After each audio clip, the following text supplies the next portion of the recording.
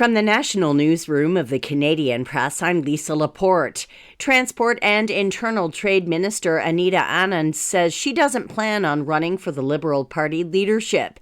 In a social media post today, Anand also says she won't seek re-election in her Oakville, Ontario riding, where she's been an MP since 2019. The former law professor of 20 years says she's decided to return to teaching, research, and public policy analysis.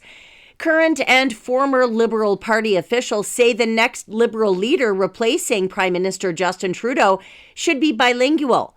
Manitoba MP Kevin Lamoureux says he doesn't believe that unilingual candidates should be disqualified from the race, but he also says he wouldn't vote for one. I believe that at the end of the day, you need to be bilingual, but I also defend the right of a unilingual person running for the leadership, even though I wouldn't vote for that person.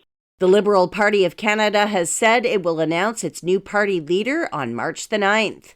A recent cybersecurity breach of a Nova Scotia school system could have a financial impact. Nova Scotia's Education Department says an investigation into the breach of a widely used student information system confirmed some social insurance numbers collected before 2010 were included in the stolen data. Schools in Ontario, Alberta, PEI, and Newfoundland and Labrador were also affected by the breach. Fire officials in Southern California say today's main focus will be the Palisades fire burning in Los Angeles. New evacuation warnings were issued for parts of the U.S.'s second largest city, where 11 people have been confirmed dead. Todd Hopkins with CAL FIRE gave an update. The Palisade incident is now at 21,596 acres and 11% contained. The U.S. National Weather Service is warning of a possible return of strong Santa Ana winds that are being blamed for turning wildfires into infernos. Israeli Prime Minister Benjamin Netanyahu has approved sending the director of Mossad to ceasefire negotiations in Qatar in a sign of progress in talks on the war in the Gaza Strip.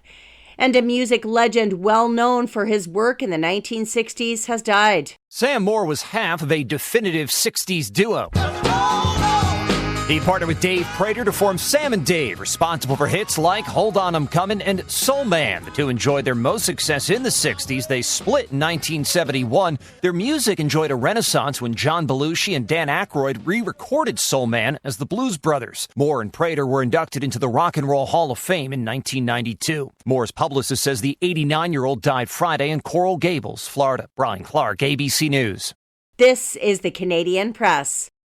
In sports, Canada and the U.S. will face off for gold at the Under-18 Women's World Hockey Championship in Finland. Both countries head into tomorrow's championship unbeaten in the tournament. Canada earned its spot there with a 4-2 win over Czechia, while the Americans edged Sweden to advance. 15 games in the NHL, including the Ottawa Senators versus the Pittsburgh Penguins. That game is currently underway. Ottawa is looking to bounce back after getting blanked 4-0 by the Buffalo Sabres on Thursday. The Green Bay Packers will visit Philadelphia tomorrow to face the Eagles in their NFC wildcard game.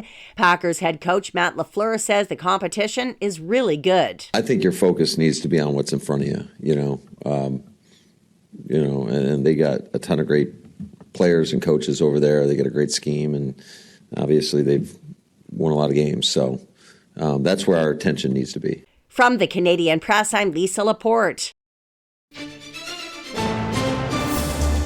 Thanks for listening. Don't forget to follow and subscribe. For more of today's top stories, visit thecanadianpressnews.ca.